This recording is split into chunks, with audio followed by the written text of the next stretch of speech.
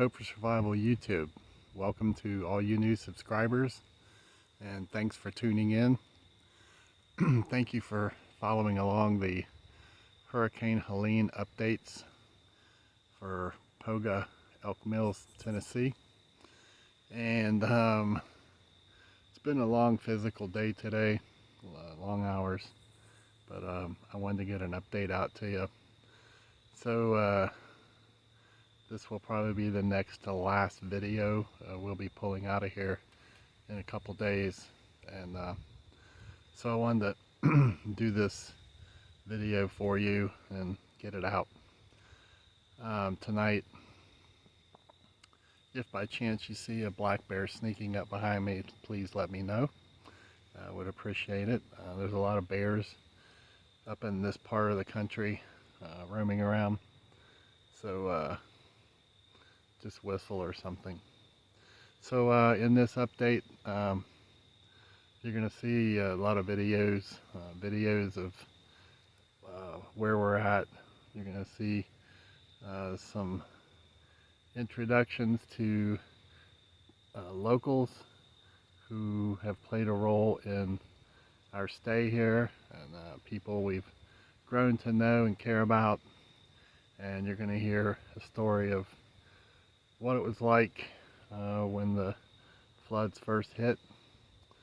And again, you'll see a goodbye from our new friend Trevor from South Africa, the Bandit in the Bush on YouTube, as he pulled out of here a couple days ago.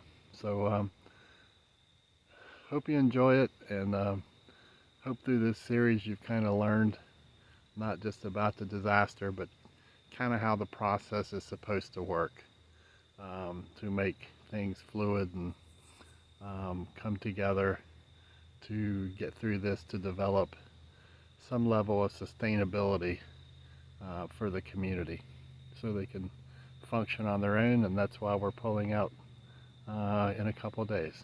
So let's get on with the videos.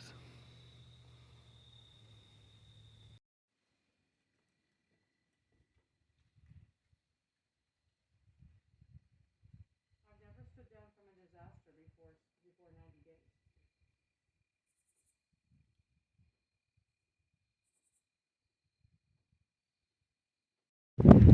days. So this is the new school bus stop that some volunteers built out of pallets. The children's school bus stop was wiped out, and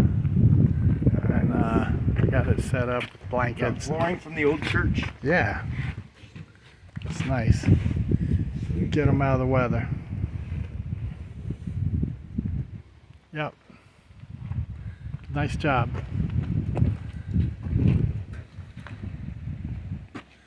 Yep. Should work good.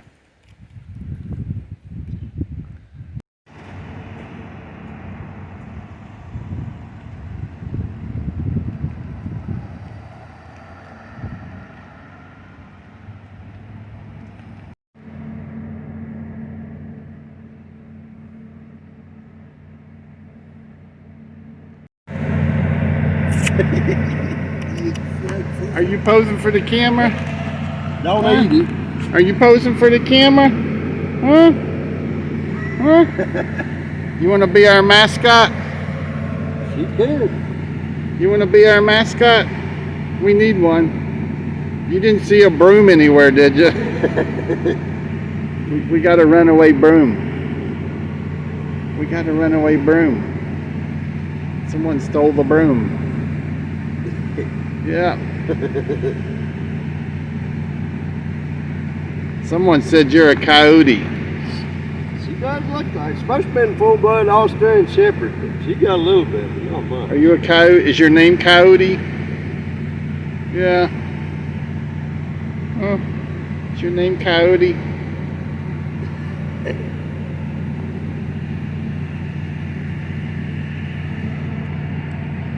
There you go. There you go. Living the dream.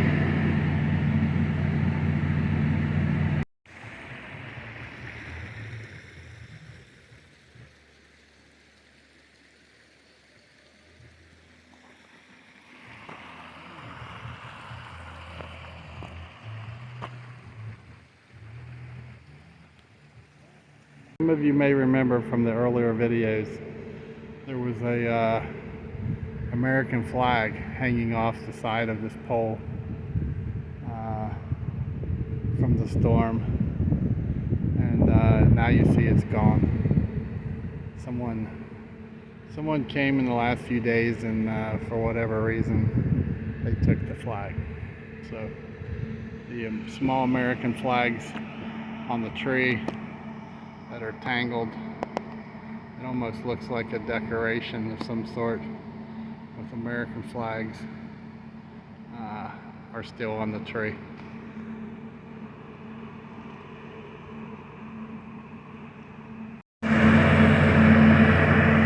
So today was the day the tent was to come down, and we start kind of closing up and transitioning back to the community. And I wasn't overly worried, but a little concerned that myself and the driver of the van who's picking up the tent, we were the only two here to take the tent down. And it's not an easy task. But to tell you how good God is,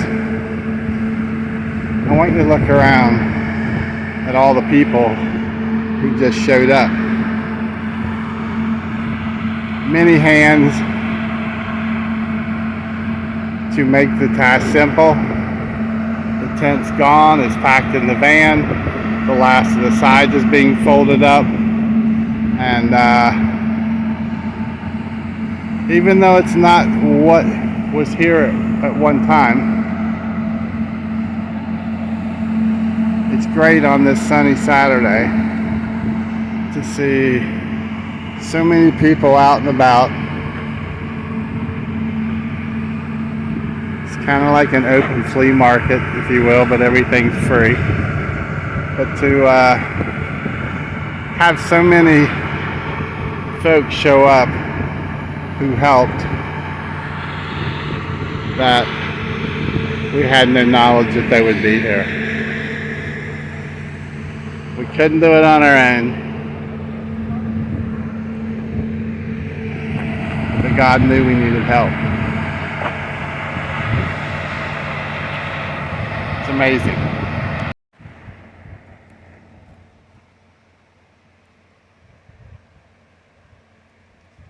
More destructive areas. See a door to a house with a busted kayak resting on it. Lumber from homes. Trees galore. Just more of the destruction that wreaked havoc through this community.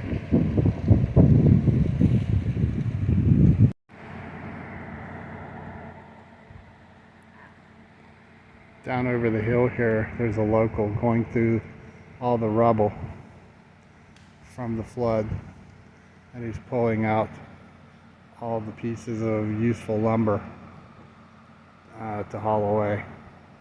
And he told me that he was going to use the lumber to repair damage to his home from the flood. This is a very poor area with low income, so the ingenuity here is pretty remarkable, how creative the locals are.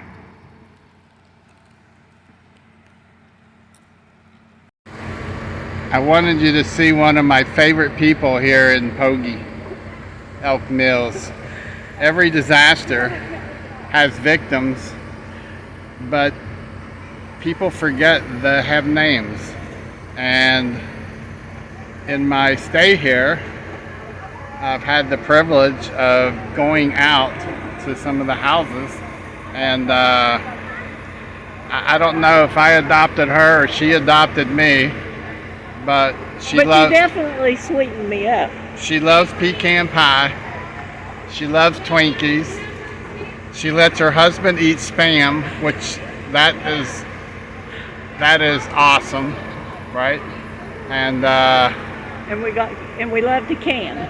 And they love to can. You met her other half in one of the earlier videos when I was showing you the canning room that he took me down to that got flooded. But this is the boss right here. I'm convinced that she's the boss. But the time spent here and the long hours, it's the fine people like this that has made being away from home kind of like being at home. So, But you made our day. well, we tried, Yeah, you did. but you don't know how much you made our day too. So I'm sure our paths are going to cross again at some point, because I already told my wife we're going to come camping down in this area. It's absolutely, aside from the disaster, it's some of the most beautiful country you'll ever see. Not just in Tennessee, but in the U.S. So, thank you. Thank you. Thank you, thank you. And maybe next time you'll get a homemade pecan pie. Oh, good. All right. So, this is the queen bee of our area here, and her husband even admitted it. So now you got to meet her. This is a creek, and that down there is the river. And I know there's people back in there, but I can't get them.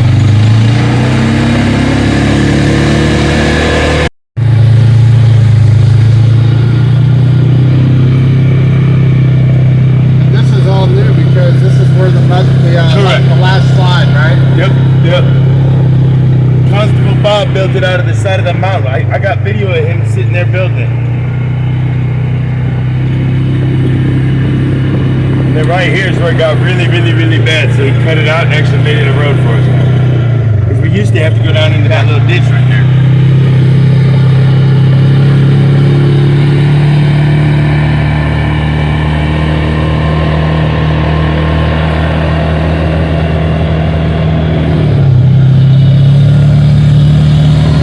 I dropped off water kits all the way through here, water test kits. So the bridge used to be back in here. I did the drive up and around. You can barely see what's left of it there. And then right up here you can see a little piece of it. Look at that. Look down in here.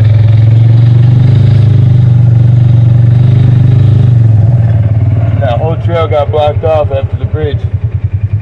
Yeah.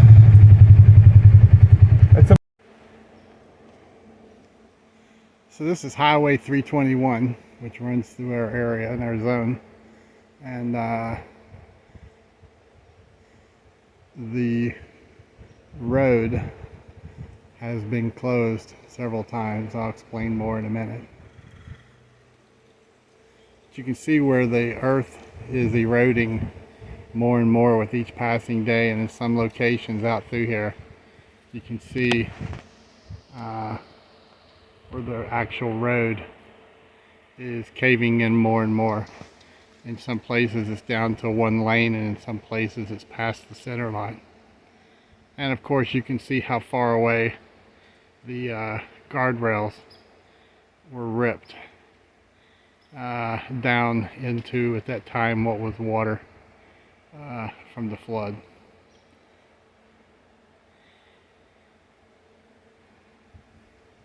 The engineers were here this morning, and they're supposed to start working on this road next week, this particular area, and they're estimating it could take until next August to complete the repairs.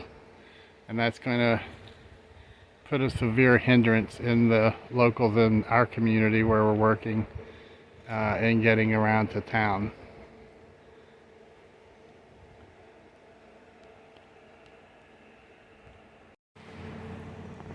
So this is the entry into the area where the roads collapsed, and it's kind of an ongoing saga. Before any barriers or anything was put up, the people were told it was dangerous, don't drive on it. And they ignored it. They kept driving on it. Driving on this road means getting to town in 15 to 20 minutes. if this road is closed permanently until it's repaired, it's an hour and 10-minute drive one way around the lake and the mountain to get to town. So the locals keep ignoring the authorities. So the authorities came and put up the barrier you see in the distance, and a little elf came in the middle of the night and moved the barrier out of the way. So the authorities came back and they put these cement barriers, and another elf showed up in the middle of the night, drug them to center line, and the cars continued to travel.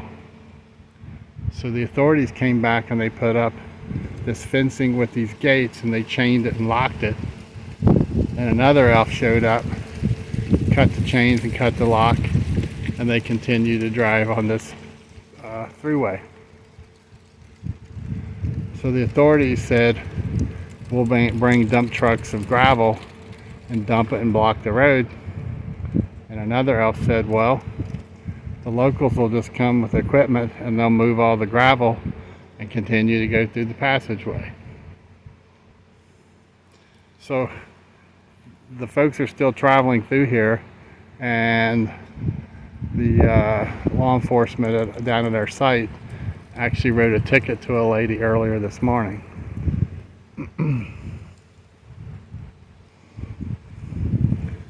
The cars are still continuing, ticket or not, they're still continuing to travel on this highway 321. So just to the left of the barrier, you see in the distance, laying on its side, a day or two ago, a black bear was over in the ditch line alive, but it had 2 broken rear hips. So the authorities were called, and the bear is not there now, so assume the authorities came in and shot the bear and carried it away. But there's more and more sightings of bears in this area. I've yet to see a deer in here since we got here for the disaster, and up until 2 days ago we did not see any birds in here either. Any kind of bird. Lots of bees, but no birds. So the saga continues.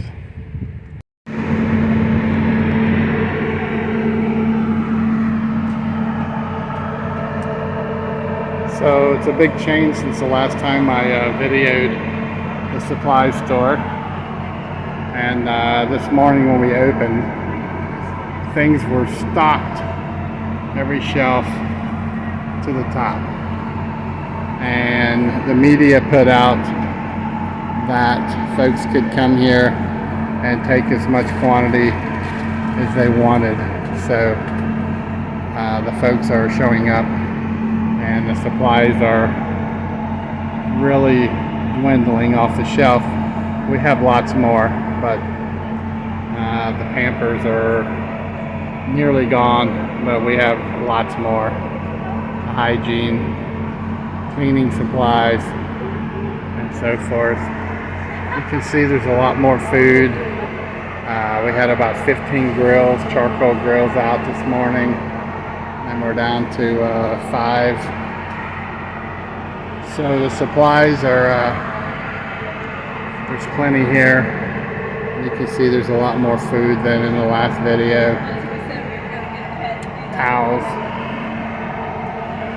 more baby supplies, cat and dog food, and things of that nature. All the heaters are gone.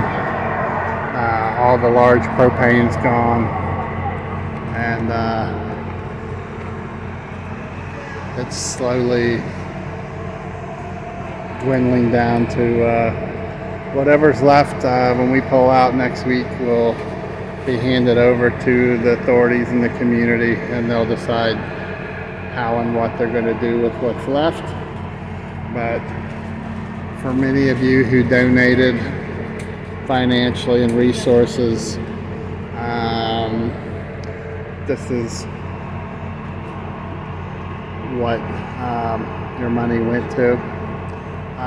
We just wrote a check end of the week, last week I believe, paying off right around $9,000 for buddy heaters, propane, connector hoses, propane cylinders, and 2i burner stoves that went to support here at Elk Mills, Poga. It went to Waynesville, and it went to Burnsville, North Carolina.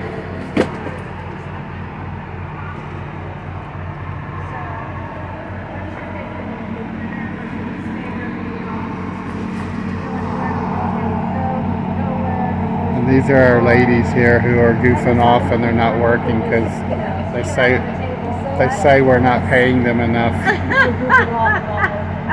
So We have no customers. they expect union wages, and we told them, no, you're not getting. Actually, they're from Columbus, Ohio, and they've been here all week. Very Buckeyes. And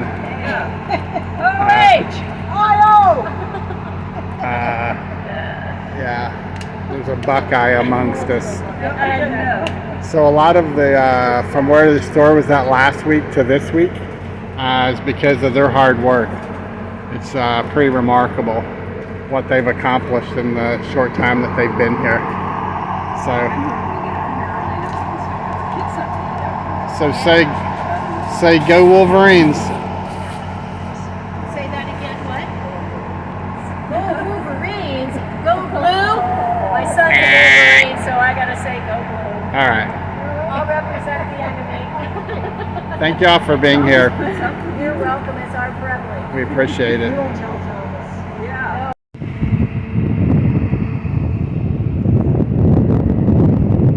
So here in Elk Mills, Poga, this area we're working at,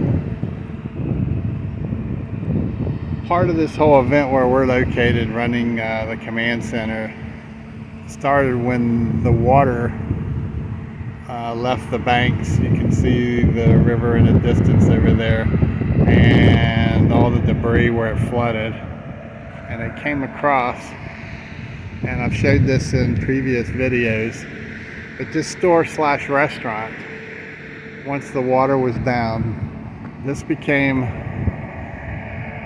kind of the community hub. And I've talked about the resilience of what they accomplished in the first 7 days. And I talk about why community is so critical, no matter who you are or where you are. Who you have around you, what skills they have to help you get through the disaster, the first stage of it. So this is where everyone came, and there was 2 Connex boxes sitting full of food and water. Then about a week later, we showed up to establish an emergency operations center, and everything moved from here, which it was private property, and this building here has been emptied and it will be demolished soon. It's not repairable from the flood. And from this,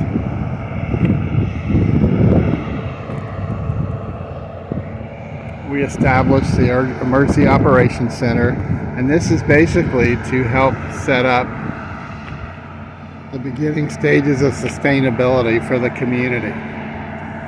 It's basically a kind of crawl, walk, run. There was no utilities, cell service, internet, roads, no access to food, fuel, electricity. So our goal is to come in and set up kind of a little city or a little town with emergency support functions, if you will.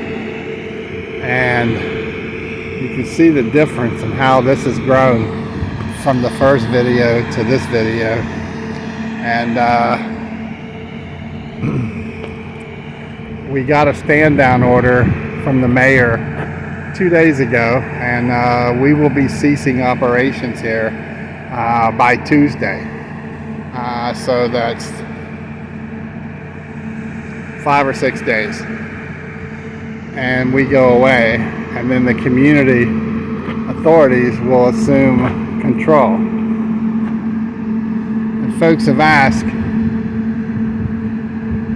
well, most of the time an EOC functions for at least 60 days. Why so soon? It all goes back to what I've been talking about, the resiliency of the leadership in this community. What they accomplished in the first 7 days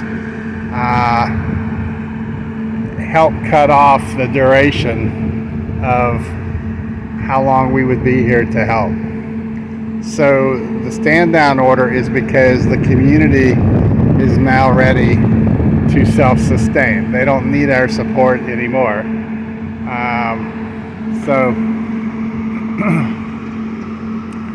The community will assume control. The Emergency Operations Center will stand down, and our little store, which was stocked to the top, the announcement went out to the community, come and get it, and they're coming to get it. And as fast as the supplies get out of here, then that's less supplies the community has to deal with after we're gone and the store is closed.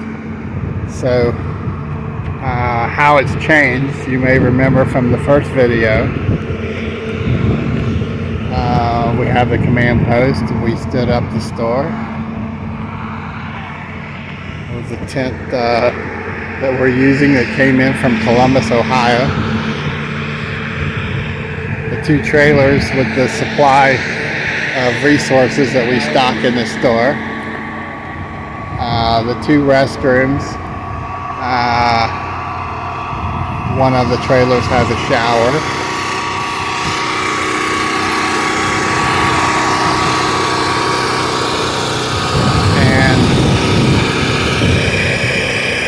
We now have a medical pod, Tennessee Department of Health, and the trailer beside of it came in from Texas, and it is a location where folks can drop off laundry to wash and dry, and then beside of it's the sheriff pod, and occasionally we have folks from FEMA come in to help the people. So things are moving along, and it's been a blessing.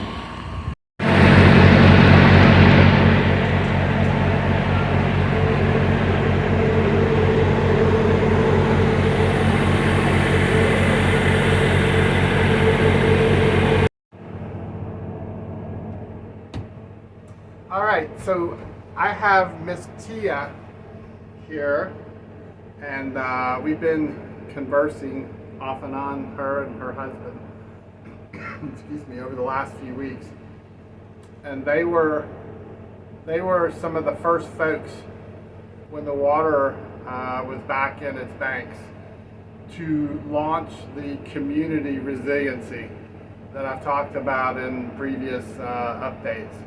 And can't beat the drum enough, but and we can't thank Tia and her fellow community members for how quickly and how far they advanced the ball down the field, because typically when we come into a disaster, we're here no less than 60 days. We just went over 30 days and we're standing down. And it's all because of the work in that first 7 days of what they put together. So what was it like? Well, it was crazy to start with. Seeing all the destruction was overwhelming, but when my husband and I heard that we're all going to be working down at the store and where the fire department used to be, we thought, we got to go. Like, forget about our place, forget about what's going on there, we're okay. Let's get down there and see what we can do. So we just got in, jumped in. It was all local people to start with. Community, like huge. The community was huge. Within a few days, more and more of the community, and then 1 million donations from people local all over the country. It was amazing, and it was probably after, I don't know, a week and a half, the fire chief was like, I said to my husband, I need you to take over all this incoming supplies and stuff, because it's just, I've got a lot of other things I've got to do for the fire department. So we said, okay, we'll do it. And we just took it by the reins, and all the volunteers that came in were beyond amazing. What is your population here? Gee, I don't know. Do you know? I don't. I tried to find it, actually. I really don't know what it is. They probably do have a number after all of this, because they've had to find everyone in Correct. every place to make sure everyone was okay and who's lost what. It's also pretty remarkable because Tia and Mr. Tia, I was talking to him in the last day or two. We're a month basically since this started. They're just now starting to focus on the damage at their own property. They put their own life aside to go community first, together, and then now they're working on their own. Yeah, Their own damages. it was important to be there for the community, and it wasn't just us. There was so many people that did the exact same thing. Sure. But you had to have a leader, right? Right. You heard her telling you how Fireman Mike asked Mr. Tia to be the leader of the community effort. And that's one of the things that we talked about 5 years ago, was how important it is to learn to be a leader, learn to speak publicly. If you can't do that, how are you going to convince other people during an event like this to listen to you, do what is asked of you, and to follow that leader through this process? You have to have sound. You have to have sound leadership. I probably knocked that down. Time to go. Our maps are falling down. You have to have that, you know. And he stepped up. He did. He is by trade a professional firefighter. He retired Awesome. being a professional firefighter, and it's in his nature to come forth and do what needs to be done. So that was huge. It is in your blood. It is. I had a retired firefighter from New York City here this morning at 6:30 a.m. who drove down to go work with the Cajun Navy on the effort they're doing near you. And it's in your blood. It's just one of those things that at that time nothing matters other than to step forth to be a part of caring for your people. You know? So do you recall in the first 72 hours-ish, did y'all have to tend to any medical emergency type situations? There were a couple of things I know that happened that Mike Walsh, the fire chief, had to deal with. Your EMT fireman? Yeah. Firemen with the EMT training? Yeah, so they definitely had to go out and they had to do some calls, and I know there was a call in what we now call Upper Poga, and they had to go get that person and get them to the hospital, and everyone's just making it work. Like, everyone is pitching in and making it work. So when we talk about building communities, no matter where you live at, part of that effort is on your street or in your neighborhood is now, before the event, is you have to identify who is around you with what skills.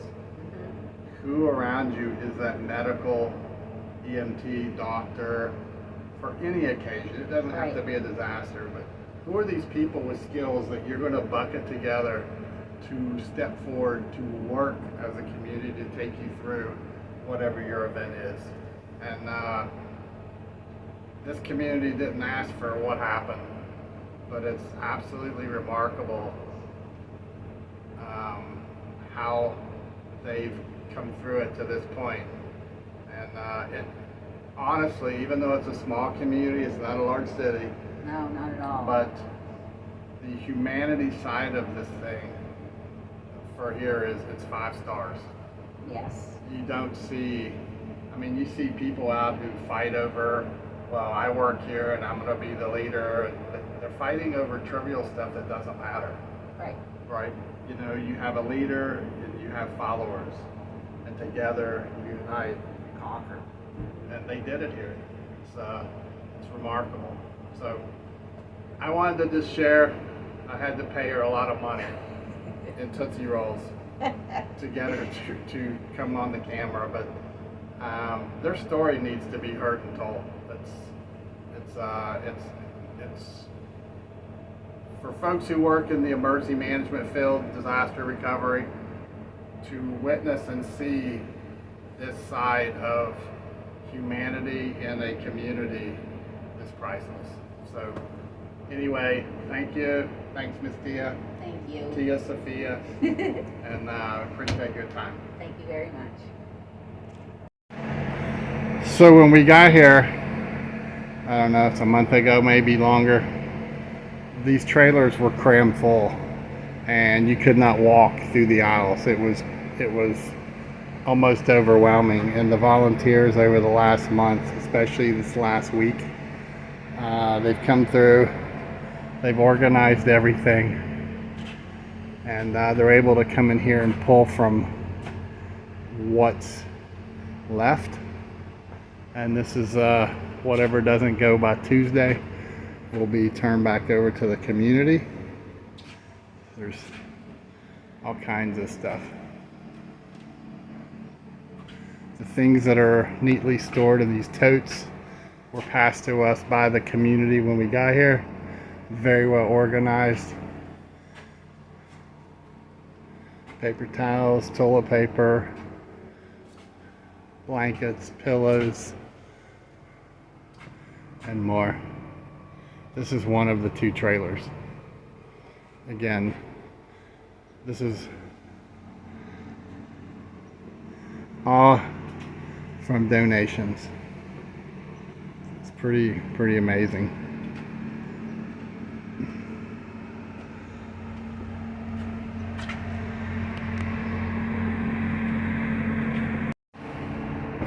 And this is trailer number 2.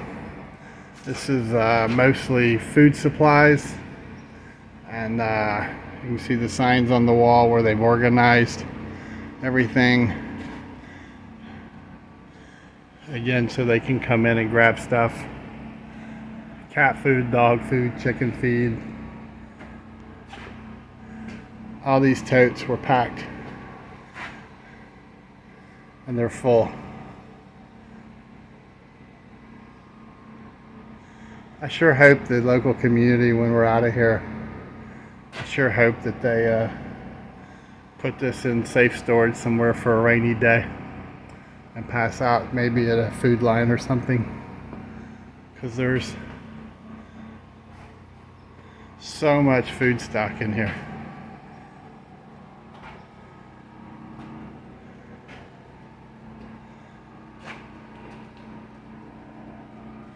More grills.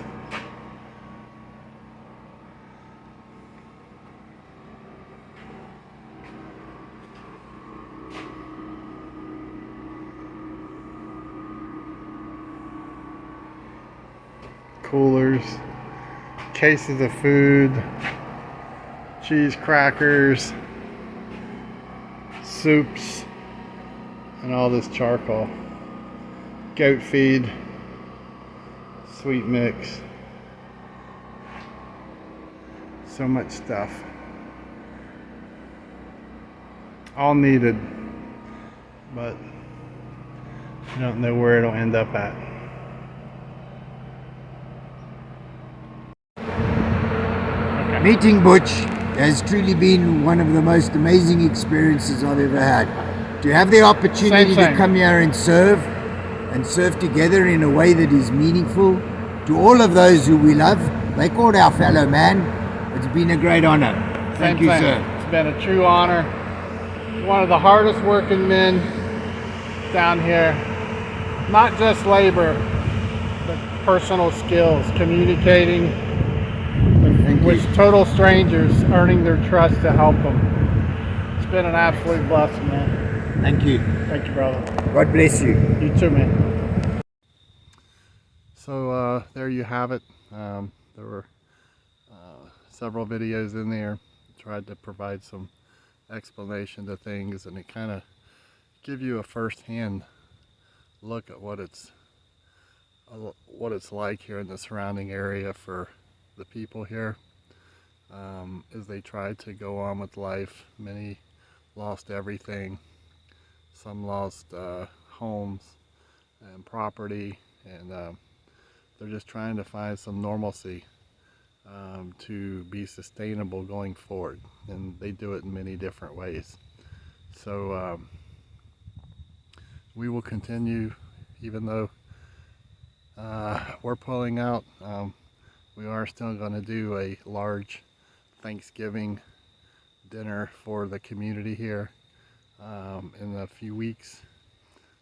It's still in the plans, so that will be a good event, and hopefully the community can come together and go into the holiday season maybe with their spirits lifted, and it'll be good to see them again.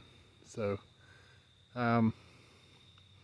thank you all for everyone who has been praying for us and praying for the community, and also who donated.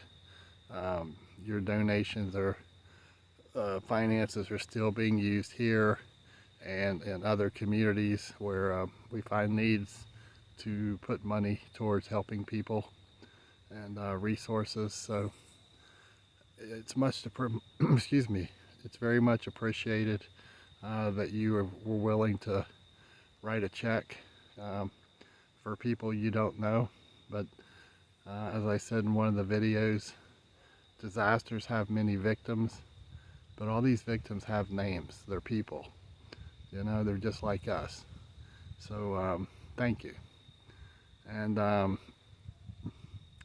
if you haven't subscribed to our channel, please consider doing so. We've had a lot of new subscribers this month, and we appreciate it. If you like this video, hit like. If you have a comment, feel free to leave it below. And if you have a question you don't want to leave in the comment, you can email me at preparedness101@protonmail.com, and I will get back to you. Just in the topic line, just put Hurricane Helene, and I'll know what it's related to. So, till next time, stay blessed, and don't forget to give thanks. And thank you for being we the people. And the last month has definitely been a side of witnessing how awesome the American people are. Coming from California, Texas, Pennsylvania, Connecticut, Delaware, Virginia, Tennessee, West Virginia, and on and on and on. Just, it's absolutely amazing. Can't really even tell you how awesome that it has been to see so many people, all walks of life, coming in here, no agenda, just wanting to come and help. And I'm sure it's been that way in all the other disaster areas. So it has been a great reflection to what made America great. So thank you, and until next time, be blessed. Bravo Echo out.